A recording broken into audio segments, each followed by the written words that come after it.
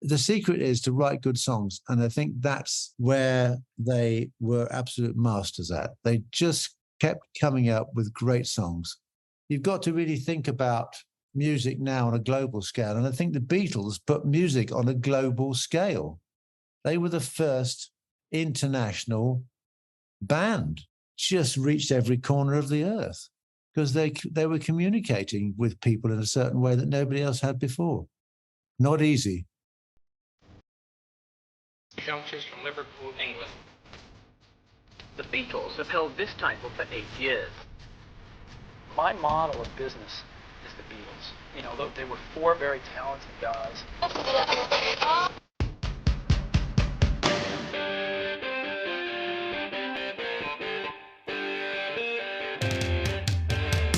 Welcome back to the Here, There, and Everywhere podcast. I'm your host, Jack Lawless. In 1965, the Beatles were unquestionably the biggest band in the world. Beatlemania was global. Only months after their historic performance on The Ed Sullivan Show, they released 2 of their most iconic albums, A Hard Day's Night and Help, along with full-length movies with the same names. They performed the first stadium concert in history to a record-shattering audience of 55,000 people. They were the biggest band to ever exist. Here are the Beatles!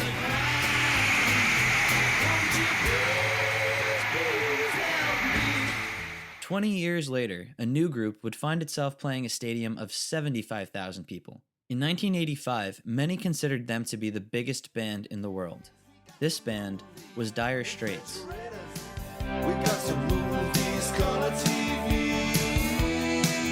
Between hits like Sultans of Swing, Romeo and Juliet, Private Investigations, Money for Nothing, and Walk of Life, Dire Straits spent over 1,100 weeks in the album charts in the UK, the 5th most of all time. Classic Rock magazine heralded them as the biggest rock band of the 1980s. Today, they are still one of the best-selling rock groups of all time. In a 1992 interview with Guitar World, George Harrison said, quote, "I can't say I've really heard anything that gives me a buzz, like some of that stuff we did in the 50s and 60s. The last band I really enjoyed was Dire Straits on the Brothers in Arms album. To me, that was good music played well." Their final studio album, On Every Street, even features production from the Beatles producer George Martin. And joining us on the podcast today is the legendary bassist and one of the founding members of Dire Straits, John Illsley. A special thank you to my great friend Ellie, my dad, and my cousin Justin for their love of Dire Straits and good music. Thank you to all who have been tuning in weekly. It's nice to see you back this week. And to all newcomers, welcome. This is a podcast where we explore the Beatles' continued influence on today's world and popular culture, decades after their breakup.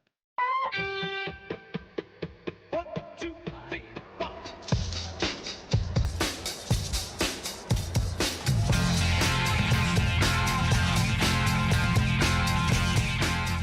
John, thank you for coming on the podcast. It's an honor to have you. It's a pleasure to be here. How are you today?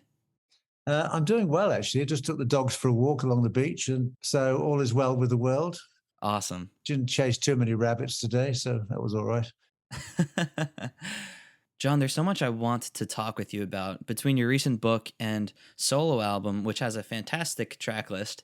But I'd like to start our conversation by asking you about a different band, the Beatles. I know you're a fan of them, and I was wondering, how did you first hear their music? Well, I'd just gone away to school in near Birmingham, and somebody came into one of the rooms, and we had these little record players called Dansets. You probably didn't have them over in America, but they were sort of like a record player that had a little speaker at the front and a lid that opened up, and you put the singles on. And so we all had, 1 or 2 people had those, and this guy walked in and said, "I've got something here by a band called the Beatles." And we went, "What a terrible name." The Beatles, who are they? And he produced a single of Love Me Do. And of course, in those days, that's how we communicated, actually, with a physical record, because the radio was very inadequate in getting across anything new at all. So we put this on the record player and we just Well, we didn't take it off, actually. We just played it and played it and played it because we couldn't quite believe, the energy that was coming from this track. It was completely different than anything else we'd heard. So, what was it about the Beatles that was so captivating to you when you first heard them? Well, I think we became aware quite early on. Although the first album, I think Please Please Me, had a few covers on it, if I remember rightly. But they'd started writing things together, and that was the first album I bought. And I just thought they just seemed to be like the ideal band, if you like. There were other bands around who were all writing and doing bits and pieces, but they seemed to be producing one good song after another, which is not easy. As we know, having been in the business for quite a long time, it's not easy to write a good song. And in those days, of course, anything longer than 2.5 minutes was kind of banned on the radio. So they filled that gap very nicely by making their songs, 2.5 minutes or whatever, 2 3/4 minutes. It had to be under 3 minutes. I do remember that. And so I think that we were pretty much captivated by the simplicity of the music, and also the quality of the message they were putting across. It was very simple, but it just touched people in a way that other people weren't. I mean, the Stones were touching us as well at the same time, because I think at the same time as Love Me Do coming out, I remember almost 2 or 3 days later, somebody came into the room at school with Come On, which was, I think, the first Stone single. So we were going, oh my, what's going on out there, So a bit of competition right from the word go. But I think the songwriting was the thing that spoke to me very early on. Yeah. The final song on your most recent solo album is a hauntingly beautiful rendition of the Beatles song I'm Only Sleeping. What inspired you to record this version and include it on your album? Well, actually, I was asked by a chap whose name, of course, I can't remember at this moment in time, but he'd put together this idea of celebrating what would have been Lennon's 80th birthday. And so his inspiration was to get a lot of different artists, me included, to do a Beatles song, or really do a Lennon song, if you like, because you can sort of filter out which are the Lennon ones and which are the McCartney ones, supposedly. Anyway, so I chose this one, and the band was just rehearsing for something else. Because I was working on an album at the time, and so the band was all in my little studio here at home, and I said, we've got to do this thing. And so one of the guys, the guitarist, brought in a very simple recording machine, and we went through it about 3 times, I think, and that's what came out. So it was really one of the wonderful, because I've never really approached a Beatles song before, and it was quite interesting doing it, actually, trying to get the right feel on it. I'm sure somebody would have done it very differently. Well, you can do songs in all sorts of different ways, but I mean, it's not as good as his version. I mean, there's no doubt about that. But it's a vain attempt to give it a little bit of respect. I think that's all I would say. I think that the best covers of songs happen when the artist makes the song sound like their own. And that's really what I hear in yours, and I think it's very, very cool. So, John, how did you first become interested in playing the bass? Well, I probably, like a lot of bass players, found myself in a situation when I was about 15. I'd been playing the guitar for a couple of years before that, and was getting, I wouldn't say proficient, but I knew a few chords by then. And I was desperate to join the school band and, play with other people. And they said, well, you can't, because we need a bass player. We don't need any more guitar players. So I said, I'll play the bass. so that was it, really. And as soon as I started playing it, I realized that actually it was my instrument. So if I hadn't been forced into doing that, I'd have probably ended up being a real second-rate guitar player, which is what I still am today. But the bass just fitted into my sense of where I was in the music. And in a sense, for me, the bass is the sort of bedrock of everything in the band with the drums. So you know that's what you build on. And so of course I was listening to McCartney and other bass players as well. Of course, you know, Bill Wyman, who I think was a bloody good bass player, actually doesn't get much recognition from the Stones, sadly, these days, which is quite extraordinary. But anyway, that's another conversation. So yeah, it just fitted. It just suited me. And so I was playing the bass really for years before I met Mark and David, and I'd played in about 10 different bands before that. Oh, wow. Yeah. Can you describe your creative process when writing bass lines? How do you listen to a song and say, okay, this is what I'm going to play? Okay, well, I listen to the song and I think, what should I do with this song to make it the best it can be? I don't think to myself, how can I excel at bass playing on the song so everybody notices what I do? I listen to the song and I respect the fact that if I haven't written it, then somebody else has written it. And I just find the places where I feel most comfortable with the music, so that it actually enhances the piece of music, whatever it is. And that's the way I've always worked, and that was the way that we worked in the Straits. You know, Mark would bring songs into the band, and I would just play whatever I felt fitted it to make the song work as well as it could. And that stayed the same for the whole time that we worked together. You know, I do love listening to fantastic virtuoso bass player, you know, watching, what's his name, Pastorius. Yeah, Jaco Pastorius. Yeah. With a weather report and thinking, oh my God, so you can do that with a bass, can you? But that's not really for me. I prefer to, you know, be a bit more in the background, if you like. Yeah, of course. And do you feel like your bass playing was influenced by Paul McCartney at all? Oh, I think we've all bass players would have to, you know, give a nod to Paul's playing. I think he's, he's a great bass player. He does what's necessary, you know, and incredibly well, and without any sort of, you know, fluster or problem.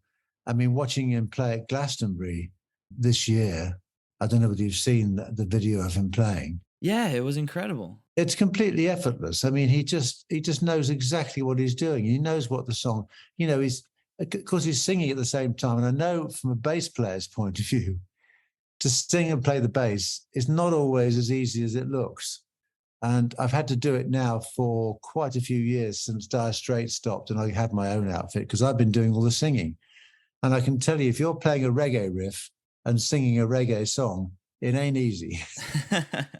So, you know, respect to Paul. And, you know, I love listening to good bass players. You know, I think John McVie from Fleetwood Mac is a wonderful bass player. So simple and so dead right for the, you know, fits in beautifully, you know, with the drums there, with Mick Fleetwood. And I just, you know, I just have respect for anybody who, as I say, nods and a wink to the songwriter. Mm. And does what's necessary to make it work. And I think you'll find that's the case in most successful bands, to be honest. Oh yeah, I completely agree. I mean, when I start on something, I always say to myself, keep it simple. I mean, I was working the other day actually with my son-in-law on a very interesting project, because the girl had sung the song already before any of the music had been put on it. So, because she sings in a cappella, but she makes the chords out of all her voice, all the different elements of the chords. She sings them. Hmm. So, and it was very interesting how to build a track from underneath the vocal, because normally you start with building the track and then you put the vocal on the top. So that was an interesting moment. So I just said to my son-in-law who was producing it, I said, we've got to keep this simple, man. I mean, otherwise we're going to get really messed up with her vocals, which are so gorgeous. And so 10 notes later, no, I exaggerate, but You know what I mean? I think you've got to approach it with a certain amount of sympathy. Absolutely. And I really think that's why music from bands like the Beatles and Dire Straits is so timeless and great because each song is built from the bottom up and each instrument's playing exactly what needs to be played at that moment, Yeah. and no one in the band's trying to outperform each other. And apart from influencing your bass playing, have the Beatles had any other influence on your life or Dire Straits? I mean, it's almost an impossible question to answer, and the obvious answer is yes, because when you've got that depth and variety of songwriting over all those different albums and how they approached the writing process, and all this, you can't ignore it.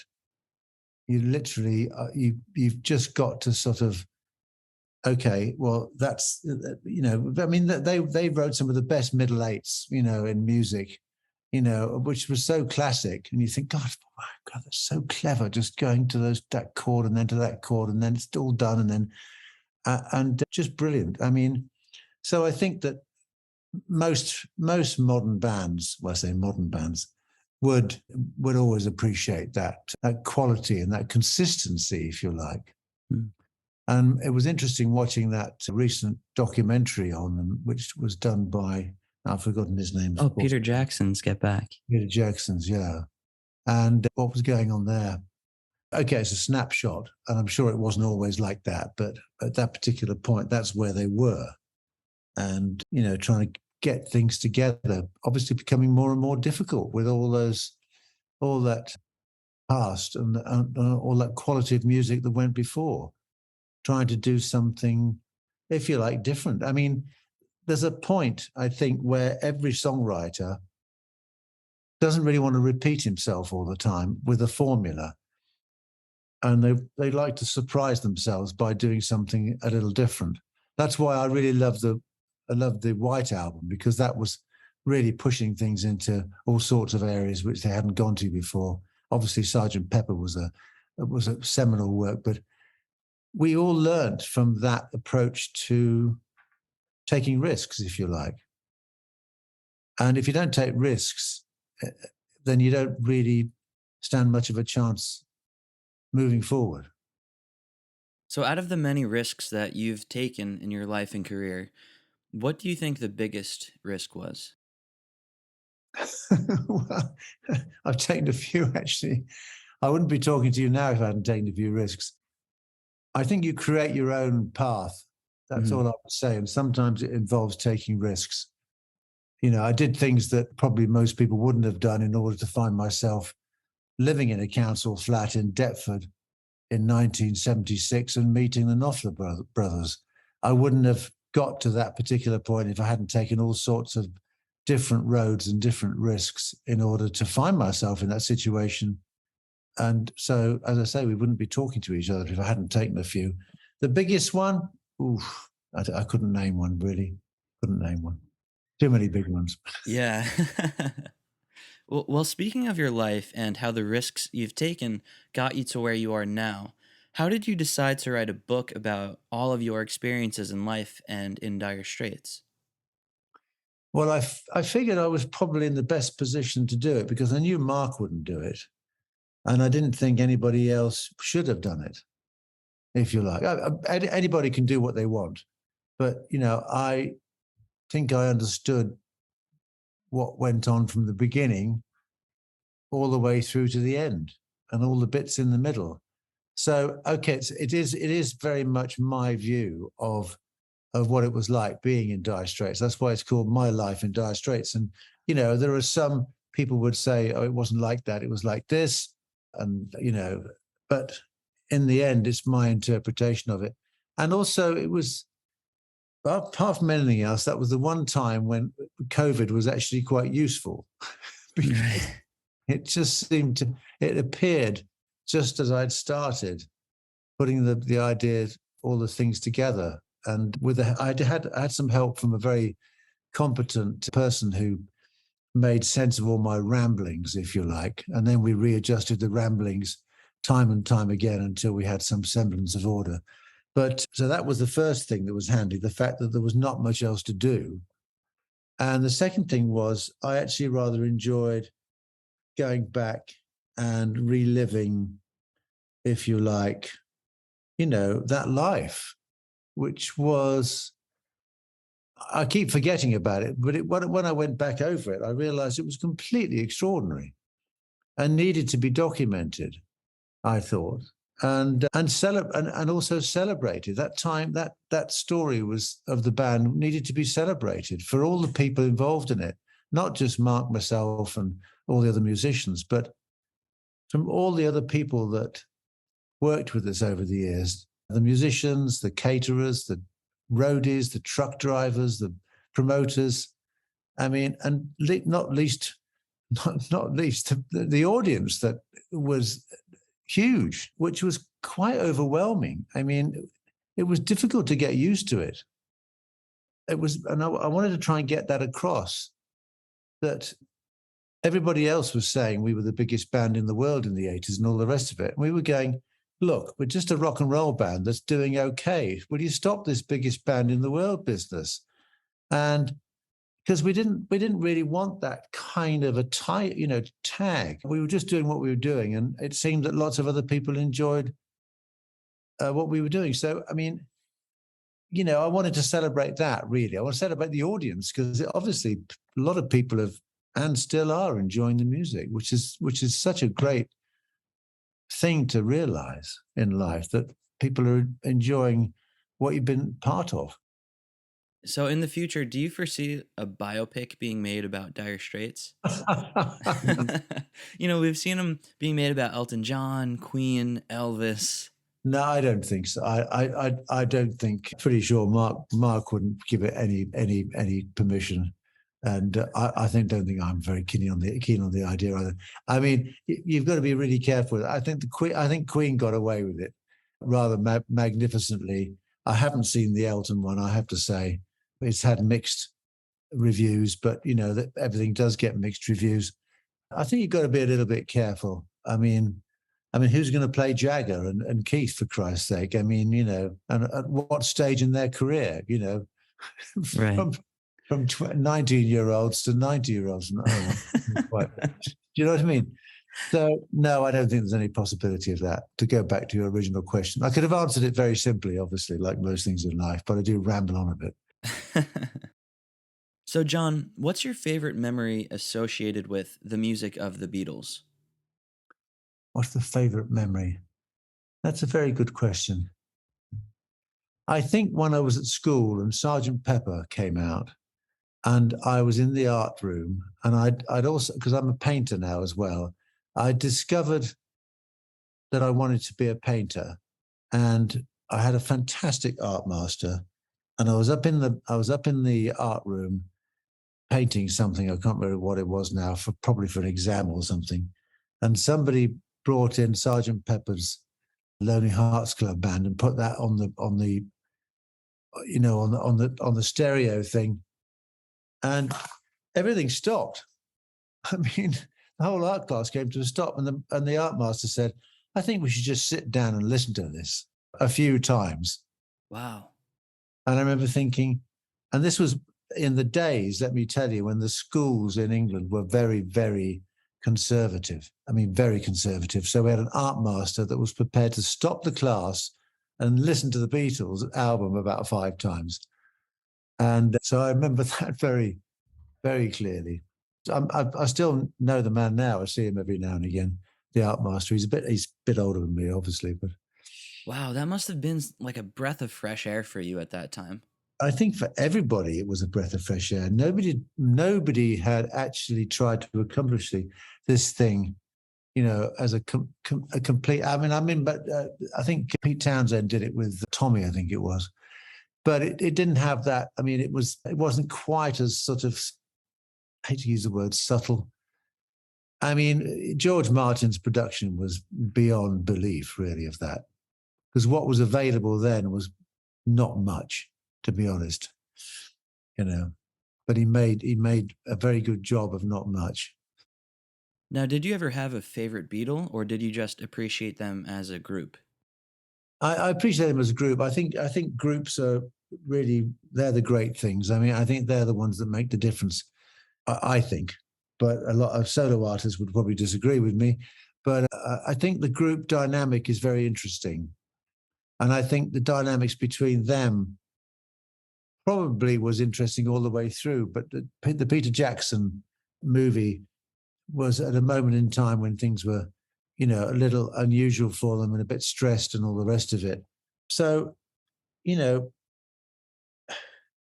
groups survive because the individuals in them want them to survive. You can just walk away if you want, but in a sense, walking away doesn't really solve the problem of why you couldn't make it work. And sometimes you have to walk away. I mean, because it's not going to work. But I think bands are very strong because all the individuals in them play a crucial role, whether it be Ringo, whether it be George, whether it be, Paul or John. Everybody had a crucial role in it. And I think it was interesting that the emphasis on the writing was so evident in that film that Jackson did, because George Harrison was really getting pissed off. You could tell. I mean, and I would have got really pissed off if I'd been in his shoes. Come on, guys, for Christ's sake. Anyway, but that group dynamics are really tricky. And I mean, I've been through one. I was in one for 30 odd years, so I know what it feels like. Mm. John, do you have a favorite Beatles record? Well, okay. What about Abbey Road, Sergeant Pepper, Please Please Me? Which one can we pick? They're all worthy. Yeah. They're all worthy of being. I think it's difficult to ask anybody which is the best one. There's great things on all of them, and they've all stood up to the test of time. I think this is the secret, you see, with any new musician that I come across. He says, but now, how do I do this? How do I do that? And I said, you just write some bloody good songs. If you write 2 or 3 good songs, you'll get noticed. Some people get noticed writing one good song. But the secret is to write good songs. And I think that's where they were absolute masters at. They just kept coming up with great songs. And the Stones kept coming up with great songs. The Who kept coming up with great stuff. The Police, Fleetwood Mac. I mean, these are the great bands of the world. And the reason why is because of the songs. Mm-hmm. They're not all the best musicians in the world, that's for sure. But they're great. Their songs touch people and join people together. You've got to really think about music now on a global scale. And I think the Beatles put music on a global scale. They were the first international band, that just reached every corner of the earth, because they were communicating with people in a certain way that nobody else had before. Not easy. Yeah, totally. And now I have to ask, do you have a favorite Dire Straits album? I knew you were going to ask me that. Oh, that's a difficult one too. I mean, obviously, Brothers is an extraordinary piece of work, and we're all very proud of that. But I loved making Communique. I mean, there was a completely wonderful sort of time making that album in Nassau, with Chris Blackwell's studio. Making movies was I don't know. No, I don't really. I mean, I tell you what, if somebody had a gun to my head, which is quite a ridiculous thing to say, and if I had to choose a Dire Straits song, I'd choose Brothers in Arms, which of course is a crazy thing to say with a gun to your head when it's about people not shooting each other. But no, that's very difficult. It's always a very difficult question to answer. If you ask me who my favorite guitar player was, that's very easy, of course. And who would that be? That would be my mate, wouldn't it? Yeah. So, John, what have you been up to recently? Are you working on any projects at the moment? I'm always involved in something. Well, the The last album, 8, which I did myself, is where that was did quite a bit of work with that, talking to people, going out and playing, and and such like, a lot of interviews, and the book obviously has taken up a lot of my time. Still does, actually, funnily enough. And I'm always thinking about the next project. I've got a few ideas already sketched out, for some songs. It's like a massive jigsaw puzzle with me, little ideas come into my head and I jot them down, and bits of music I put on the phone, and I might come down for a cup of tea in the morning and think of something, pick the guitar up and play it, and it might find its way onto an album at some point in the next year or so. And the other thing I'm doing, quite avidly at the moment, is painting. I've got back into painting because I'm going to try and get an exhibition together early next year, I think. Sweet. That is so exciting. Yeah. So that's a different thing altogether. The art is a much more difficult thing to do than the band, that's for sure. That sounds incredible. I'll include the links to everything we've talked about in the podcast description so anyone listening can go check it out. And John, I just wanted to say thank you again for coming on the podcast. It was really an honor speaking with you. Well, it's a pleasure. Thanks, Jack. Nice to meet you, and good luck with everything.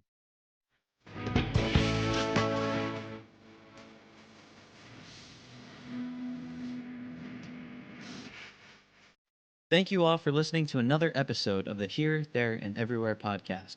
Thank you, John, for coming on the show. If you're interested in listening to John's solo records, you can find the links to his music in the podcast description. If you liked this episode, be sure to follow the podcast so you get a notification each time we release a new episode. Follow us on Twitter and Instagram at Beatles Earth to stay current, and I'll see you all next week.